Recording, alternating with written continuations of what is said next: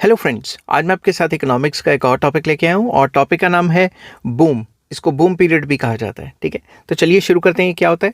A phase of the trade cycle और business cycle characterised by full employment levels of output and some upward pressure on the general price level is known as boom.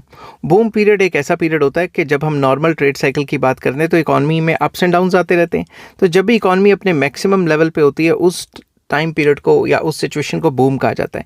जब economy गिर रही होती है तो उसे recession कह देते हैं, और जब इकॉनमी लोएस्ट पे पहुंचती है उसे डिप्रेशन कह देते हैं, और फिर से इकॉनमी राइज करने लग जाती है तो उसे रिकवरी कहा जाता है। रिकवरी।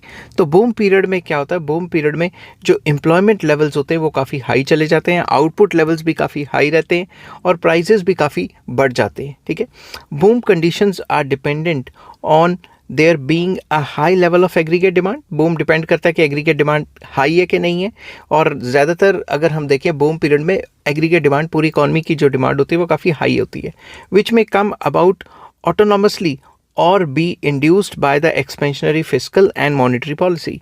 तो ये जो बूम पीरियड है, ये जो गवर्नमेंट की पॉलिसीज़ हैं जैसे मॉनिटरी पॉलिसी या फिजिकल पॉलिसी, उनसे भी इंड्यूस होके आ जाता है। अगर मॉनिटरी पॉलिसी एक्सपेंशनरी होगी तो लोन्स वगैरह दिए जाएंगे, लोन दिए जाएंगे, एग्रीगेट डिमांड बढ़ेगी, एम्प्लॉयमेंट बढ़ेगी, इन्वेस्टमेंट बढ़ेगी, उस वजह से भी आ सकता है। या जो फिजिकल पॉलिसी है, जैसे टैक्स में रिबेट दिया जाए और सरकार काफ़ी ज़्यादा मनी इन्फ्यूज़ करे इकॉनमी में, इस वजह से भी आ जाता है। ठीक है, तो बूम पीरियड एक ऐसी सिचुएशन है जिसमें income, employment, output, profit level और लोग ऑप्टिमिस्ट हो जाते हैं, काफ़ी ज़्यादा इकॉनमी अपने हाई लेवल्स पे आ जाती है। आई होप ये वीडियो आपको पसंद आई होगी। अगर पसंद आती है तो please like, share and subscribe. Take care, bye bye.